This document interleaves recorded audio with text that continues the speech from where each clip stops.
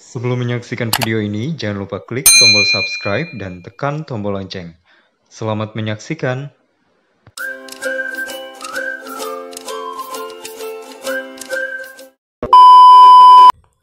Hai, Assalamualaikum warahmatullahi wabarakatuh. Kembali lagi bersama saya, Hairul Saleh. Yang mana pada kesempatan kali ini saya masih akan membahas soal-soal yang ada hubungannya dengan pamong belajar. Sebelumnya saya ingin mengucapkan terima kasih kepada teman-teman yang udah like, komen, dan juga share video saya di part sebelumnya.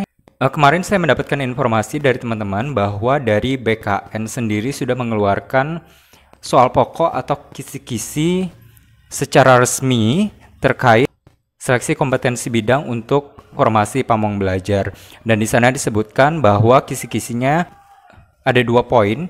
Yang pertama yaitu soal terkait kompetensi pedagogik, dan yang kedua adalah kompetensi profesional. Apa itu kompetensi pedagogik?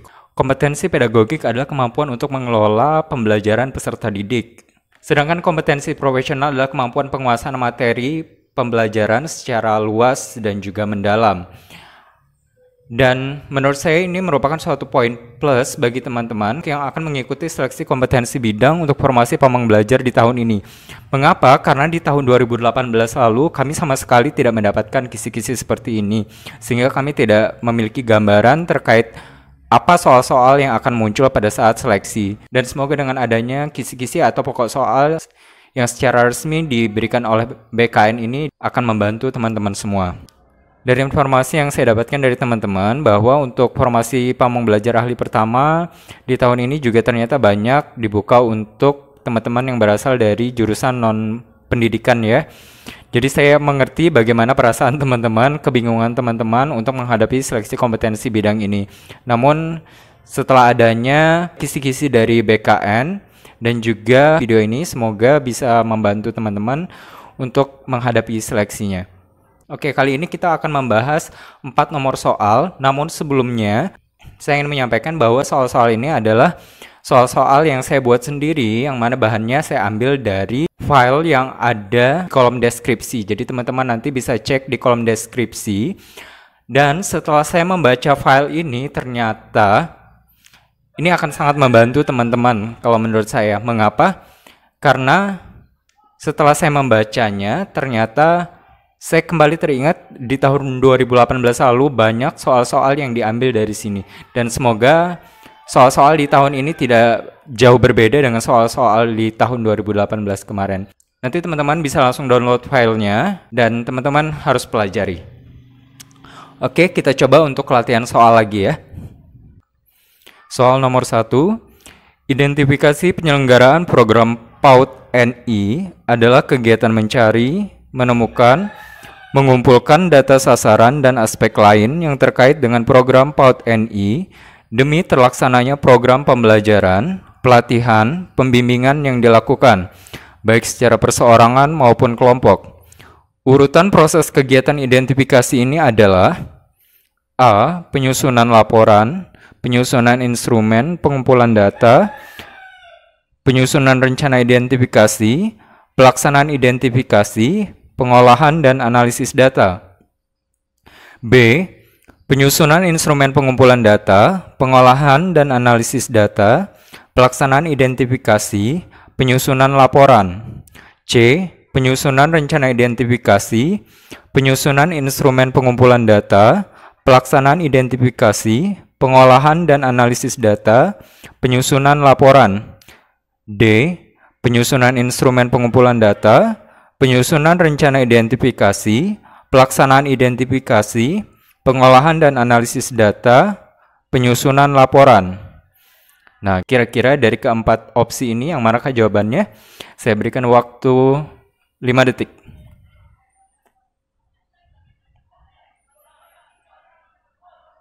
Ya, jawaban yang benar adalah yang C. Jadi untuk urutan proses kegiatan identifikasi ini, urutannya yaitu penyusunan rencana identifikasi. Jadi direncanakan dulu identifikasinya seperti apa, kemudian penyusunan instrumen pengumpulan data, kemudian barulah ditentukan instrumen yang akan digunakan untuk pengumpulan datanya, kemudian pelaksanaan identifikasi, selanjutnya pengolahan dan analisis data, Dan yang terakhir adalah penyusunan laporan. Jadi urutannya seperti itu. Jangan sampai nanti teman-teman terbalik ya jika ada soal seperti ini. Kalau di tahun 2018 sih saya ingat ada soal seperti ini. Selanjutnya nomor 2. Dalam menyusun instrumen penilaian hasil pembelajaran atau pelatihan atau pembimbingan, terdapat beberapa kriteria kecuali A. Reliabilitas instrumen, B. Kemajemukan instrumen, C. Kesesuaian instrumen, D. Validitas instrumen. Yang manakah jawabannya? Ya, jawaban yang benar adalah yang B. Kemajemukan instrumen. Jadi pertanyaannya di sini kecuali ya, berarti yang bukan. Jadi perlu diketahui bahwa untuk kriteria menyusun instrumen penilaian hasil pembelajaran itu ada 5. Yang pertama yaitu kesesuaian instrumen dengan indikator pencapaian kompetensi. Yang kedua, ketepatan penggunaan jenis instrumen. Yang ketiga, validitas instrumen. Yang keempat, reliabilitas instrumen. Yang kelima, laporan penyusunan instrumen sekurang-kurangnya memuat latar belakang, tujuan, langkah-langkah kegiatan, tempat atau lokasi, dan juga waktu. Kemudian kalau ada teman-teman yang bertanya apa itu validitas instrumen, validitas instrumen ini adalah mempermasalahkan sejauh mana pengukuran tepat dalam mengukur apa yang hendak diukur. Sedangkan reliabilitas itu mempermasalahkan sejauh mana suatu pengukuran dapat dipercaya. Reliable ya, dapat dipercaya. Oke, lanjut nomor 3. Untuk memperoleh informasi pokok tentang kondisi permasalahan, kebutuhan, dan potensi pendukung untuk terlaksananya program pembelajaran merupakan tujuan dari A. Penyusunan silabus, B. Pemantapan persiapan, C. Analisis hasil identifikasi, D. Penyusunan instrumen. Kira-kira yang mana jawabannya? Ya, jawaban yang benar adalah yang C. Analisis hasil identifikasi.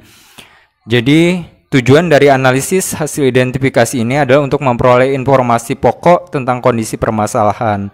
Karena sudah jelas di sini dikatakan untuk memperoleh informasi pokok tentang kondisi permasalahan, kebutuhan, dan potensi pendukung, maka ini adalah tujuan dari analisis hasil identifikasi. Lanjut ke soal nomor 4, soal terakhir.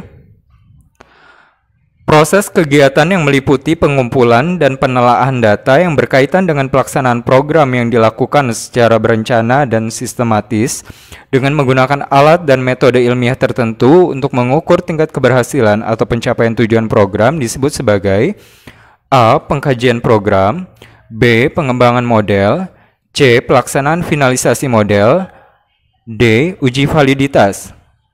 Yang manakah jawabannya? Ya, jawaban yang benar adalah yang A. Pengkajian program. Karena tadi sudah jelas disebutkan di soal proses kegiatan yang meliputi pengumpulan dan penelaahan data. Jadi sudah jelas ya, penelaahan data. Itu artinya adalah pengkajian program. Tugas pokok dari pamong belajar itu sendiri ada 3. Yang pertama yaitu kegiatan belajar mengajar, yang kedua pengkajian program, dan yang ketiga yaitu pengembangan model. Kalau pengembangan model sendiri itu adalah usaha penyempurnaan atau penemuan sesuatu yang baru menurut kaidah-kaidah dan metode ilmiah tertentu sehingga menghasilkan formulasi yang dikehendaki. Baik, itu tadi 4 soal yang bisa kita bahas pada kesempatan kali ini. Dan seperti yang saya katakan di awal tadi bahwa banyak sekali materi yang ada di file di bawah ini yang keluar pada tahun 2018 lalu. Semoga ini akan membantu teman-teman dan teman-teman nanti akan mendapatkan hasil terbaik. Oke, terima kasih karena telah menyaksikan video ini. Jangan lupa like, komen, dan subscribe. Jangan lupa juga jika ada pertanyaan silahkan komen langsung di kolom komentar. Semoga sukses buat seleksi kompetensi bidangnya.